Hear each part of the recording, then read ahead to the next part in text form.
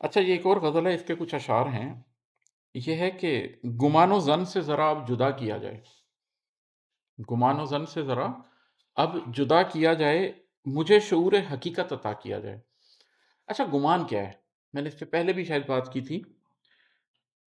گمان ہے ہنچ، گمان ہے جو میرے دماغ کی تخلیق ہے۔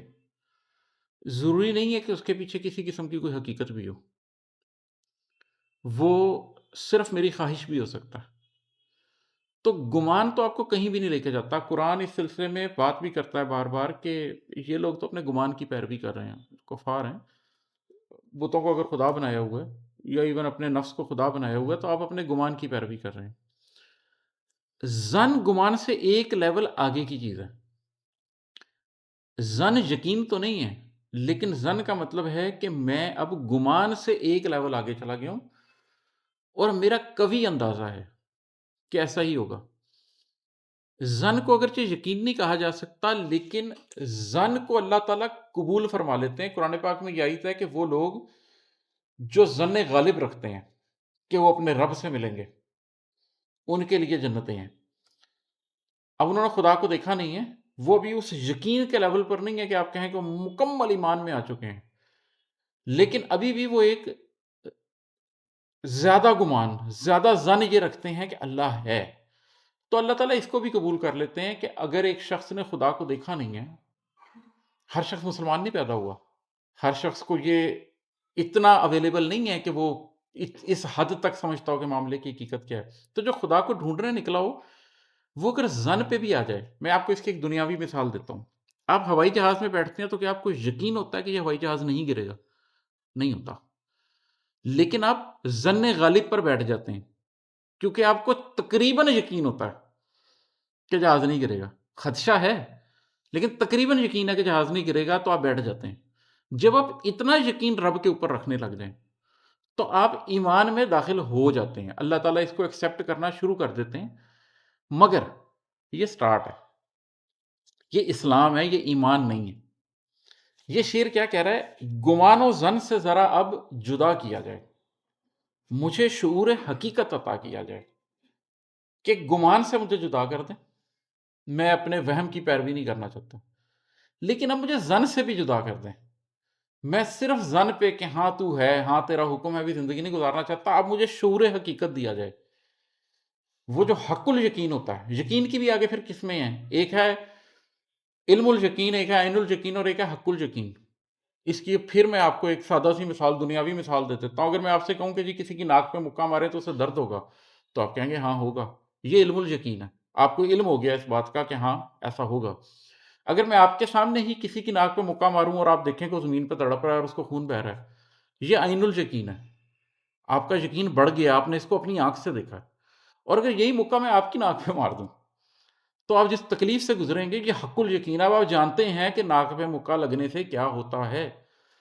تو پہلے گمان ہے، پھر ظن ہے، پھر علم الیقین ہے، پھر عین الیقین ہے، اور پھر حق الیقین ہے۔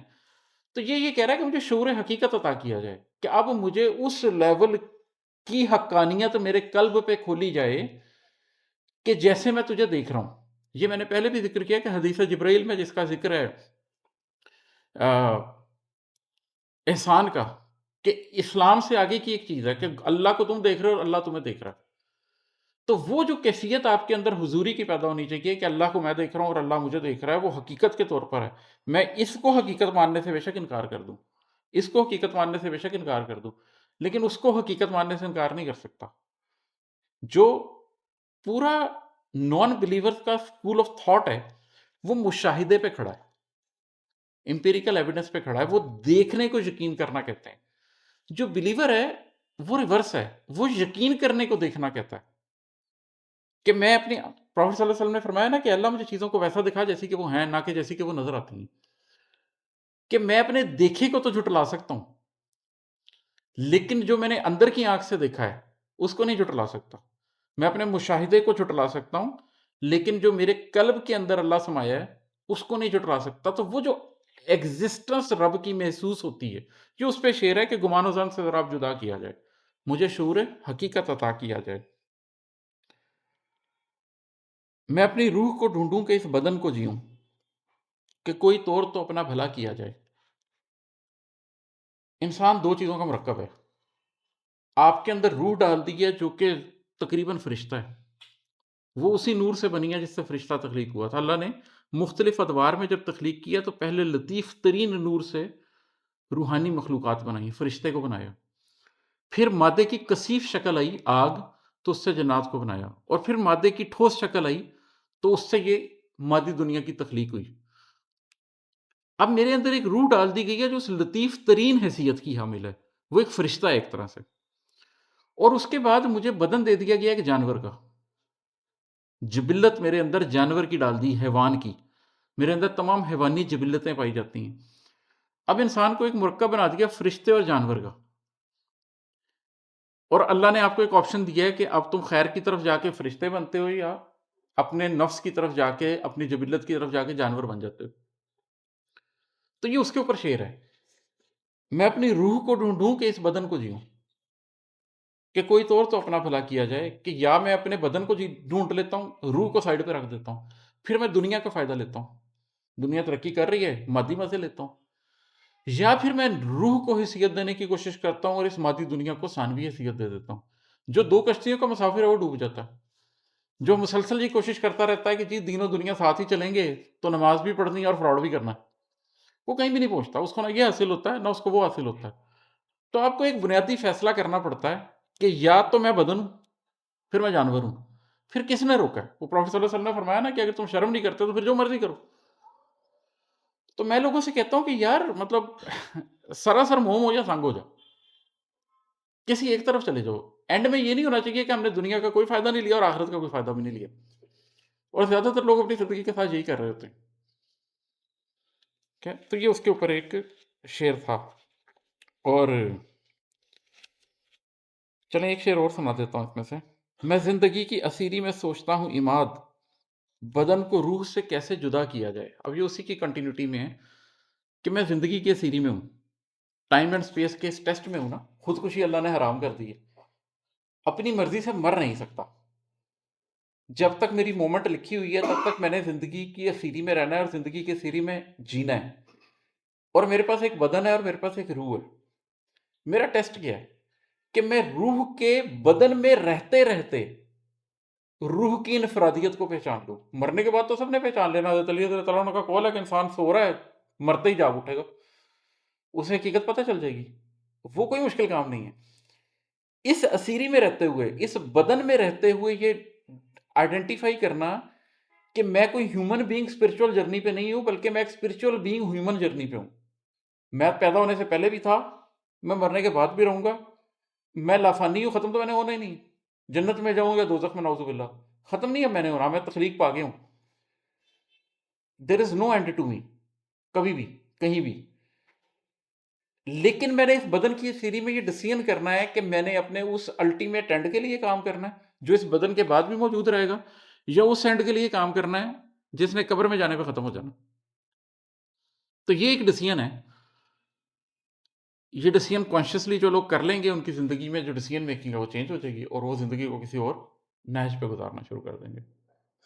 سر میرا کوشچن ہے، آپ نے اپنی گفتگو میں کافی زیادہ گمان کا ذکر کیا، تو اکثر یہ کہا جاتا ہے کہ اچھا گمان رکھنا چاہیے، برا گمان، کیا یہ گمان دو طرح کے ہوتے ہیں، ایک اچھا گمان اور ایک برا گمان؟ اور دوسرا میرا کوشچن یہ ہے کہ گمان اور وہم کیا ایک ہی چیز ہے یا دو ڈفرینٹ چیزیں؟ دیکھیں گمان اور وہم تو آپ سمجھ لیں کہ وہم گمان سے بھی گئی گزرش ایک چیز ہے، وہم تو ایک باقاعدہ بیماری بن جاتی، گمان آپ کا اندازہ ہے۔ گمان میں کوئی مسئلہ نہیں ہے، آپ نے ٹھیک کہا، گمان دو طرح کے ہوتے ہیں، ایک اچھا گمان ایک برا گمان۔ دنیا میں زندگی گزارتے ہوئے گمان پر ہی گزارنی ہوتی ہے، وہ آپ گزاریں، لیکن جس کو آپ ایمان بولتے ہیں وہ گمان کی نظر نہیں ہونا چاہیے، وہ امپورٹنٹ چیز ہے۔ اگر آپ کو یہ گمان ہے کہ باس میری تنخواہ بڑھا دے گا، اگر آپ کو یہ گمان ہے کہ یہ ایکسرسائز کرتا رہوں گا تو صحت مند رہوں گا، نو پرابلم، لیکن کچھ چیز ہماری ایمانیات کا حصہ ہے، اللہ کے فرشتے، اللہ کے رسول، اس کی بھیجی ہوئی کتابیں، روز حشر، اس کے بعد ملنے والی جنت دوزخ، اور تقدیر، یہ ہماری ایمانیات کا حصہ ہے جس پہ اگر آپ کا بلیف نہیں ہے تو آپ مسلمان نہیں ہیں۔ یہ ایمانیات گمان اور ظن کی نظر نہیں کی جا سکتی، اس میں حق الیقین کریٹ کرنا ضروری ہے۔ اس کے اندر آپ کو اس جگہ پر ہونا چاہیے جہاں پر آپ دیکھیں، بات عجیب سی ہے لیکن یہ کیا مذاق ہے، یہ سارے چیمے اور باجوے اور راجپوت ادھر بھی پھر رہے ہیں، یہ 60-70 کلومیٹر آگے بارڈر کے ادھر بھی پھر رہے ہیں. جو سکھ پیدا ہوا ہے سکھ ہی مری جا رہا ہے، جو مسلمان پیدا ہوا ہے مسلمان ہی مری جا رہا ہے، جو ہندو پیدا ہوا ہے ہندو ہی مری جا رہا ہے. کتنے لوگ چینج کرتے ہیں؟ میں یہ نہیں کہہ رہا ہندو سے مسلمان یا مسلمان سے ہندو ہو جاؤ. آپ کو پتہ چلتا ہے کہ 99.9% لوگ جہاں پیدا ہوئے ہیں اس میں ہیں. اب مسئلہ یہ ہے کہ اگر سارے ہندو اس میں ہیں، سارے سکھ اس میں ہیں، تو آپ کے خیال میں مسلمانوں میں کوئی ایکسیپشن ہے؟ ایسا نہیں ہے، ہم بھی بس اس میں ہی ہیں، جس رنگ میں ہیں اسی رنگ میں ہیں. زندگی میں کوئی لمحہ ایسا آنا چاہیے جس میں آپ شعوری طور پہ دوبارہ مسلمان ہوں، یقین سے کلمہ پڑھیں کہ اللہ میں مسلمانوں کے گھر پیدا ہوا، کلمہ پڑھتا آ رہا ہوں، نماز پڑھتا آ رہا ہوں، مگر آج میں نے رک کے تجھے شناخت کر کے فیصلہ کیا ہے کہ میں سربسجود تجھے ہی ہونا چاہتا ہوں، میں مسلمان ہوں. زمانہ جاہلیت ہم سب کی زندگی میں ایک آتا ہے، اس سے کنورٹ کر کے ایک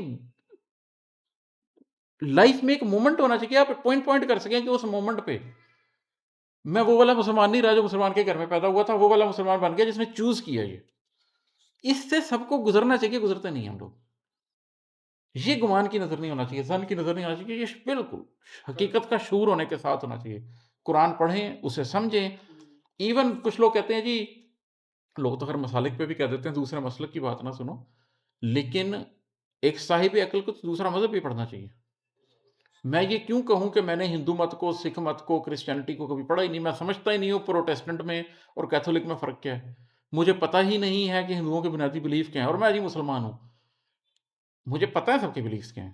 میرے پاس اتنا ٹائم تھا کہ میں 2-4 گھنٹے 6 گھنٹے لگا کے ہندو مت کو اور بدھ مت کو اور چائنیز فوک ریلیجنس کو اور افریقن ریلیجنس کو پڑھوں، سمجھوں، ان کی بلیف کو سمجھوں، اور پھر کہوں ہاں مجھے یہ ساری پتہ ہے اور یہ بھی پتہ ہے اور میں اس توحید کا قائل ہوں.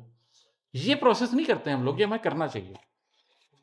ایمان کے اس لیول پہ پہنچنے کے لیے ضروری ہے. یہ میرے نا قریبی دوست ہیں جی، انہوں نے بات کی کہ نا مسلمان میں پیدا ہوا، لیکن جب میں نے ہوش سنبھالی تو اس کے بعد میں نے نا قاری صاحب کے پاس گیا تو بولا مجھے مسلمان کرو، تاکہ مجھے بھی تو یقین ہو کہ میں مسلمان پیدا ہوں. ایسے ہی ہے نا، یہ آپ کو کرنا چاہیے. قاری صاحب کے پاس نہ جائے، اپنے کمرے میں کر لے. کوئی مومنٹ ایسا ہونا چاہیے جس میں آپ کہیں آج میں خود مسلمان ہوا ہوں، ری انکارنیٹ کیا میں نے اپنے آپ کو. تو اس کو کرنا ضروری ہے، یہ سب کو کرنا چاہیے، تاکہ اب یہ نہ کہ جی میں آپ کیسے پوچھیں یار تم مسلمان ہو، ہاں جی اسی تو جدی پشتی. اچھا بھائی تم ہو گئے جدی پشتی مسلمان، وہ مومنٹ تم نے کب حاصل کیا؟ ایک لائف میں نا ٹرانزیشن مومنٹ ہوتا ہے. ٹرانزیشن مومنٹ میں آپ کو سمجھاتا ہوں.